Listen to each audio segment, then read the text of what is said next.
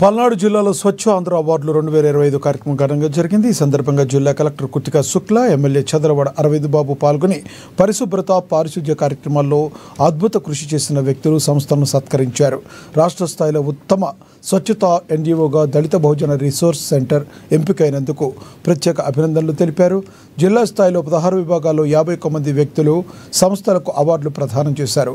పరిశుభ్రత, పారిశుధ్యాన్ని ప్రోత్సహిస్తూ హరితాంధ్రప్రదేశ్ లక్ష్యంతో స్వచ్ఛాంధ్ర కార్యక్రమాలను జిల్లా వ్యాప్తంగా విజయవంతంగా నిర్వహిస్తున్నామన్నారు.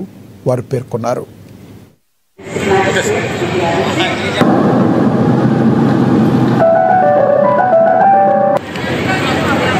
నుంచి మొన్ననే ఒక ప్రోగ్రాం చేసాం. మళ్ళీ ఈరోజు అవార్డ్స్ కూడా ఇవ్వటం మీకు కూడా మేము మనస్ఫూర్తిగా అభినందన తెలియజేస్తున్నామమ్మా. మా యంత్రాంగం తరపున మా వాళ్ళంతా కూడా యంత్రాంగం బాగా పనిచేస్తున్నారమ్మా. ప్రతి డిపార్ట్మెంట్ వాళ్ళు కూడా ప్రతి 3వ శనివారం అన్ని శాఖల వాళ్ళు, స్కూల్ ఎడ్యుకేషన్ వాళ్ళు, అదేవిధంగా పంచాయతీ, మున్సిపాలిటీ అన్ని డిపార్ట్మెంట్ల వాళ్ళు ముఖ్యమంత్రి గారు ఏదైతే ఆదేశించారో దాన్ని తుచా తప్పకుండా 3వ శనివారం స్వచ్ఛాంధ్రకి పనిచేస్తూ ఉన్నారు.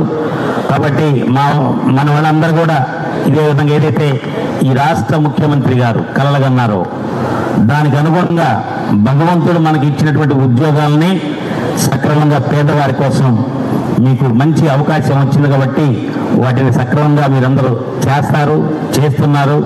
ఎందుకంటే ఇది మంచి ప్రభుత్వం, మన ప్రభుత్వం, ప్రజలు కోరుకున్న ప్రభుత్వం.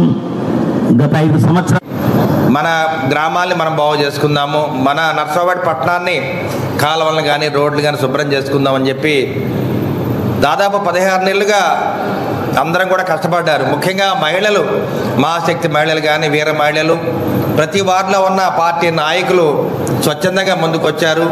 మీరు ఇందాక మరి విజువల్ చూస్తూ ఉన్నారు. అందరూ కూడా చీపుర్లు ఎవరికి వాళ్ళు కొనుక్కున్నారు, పార్లు కొనుక్కున్నారు, కాలువల్లో పూడికి తీశారు. సాధ్యమైనంతటికి మన పని మనం చేసుకుందాం.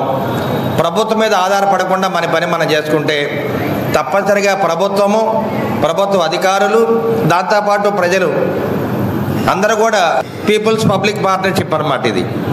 ఆ కార్యక్రమాన్ని అమలు చేసి సాధ్యమైనంతటికి నర్సాపేట పట్టణాన్ని శుభ్రం చేసుకున్నప్పుడు ఈరోజు స్వచ్ఛ ఆంధ్ర కింద గత 9 నెలల్లో ఏం వర్క్ చేసాము దాన్ని గుర్తించడానికి ఈరోజు ఈ అవార్డ్ ప్రోగ్రాం పెట్టడం జరిగింది.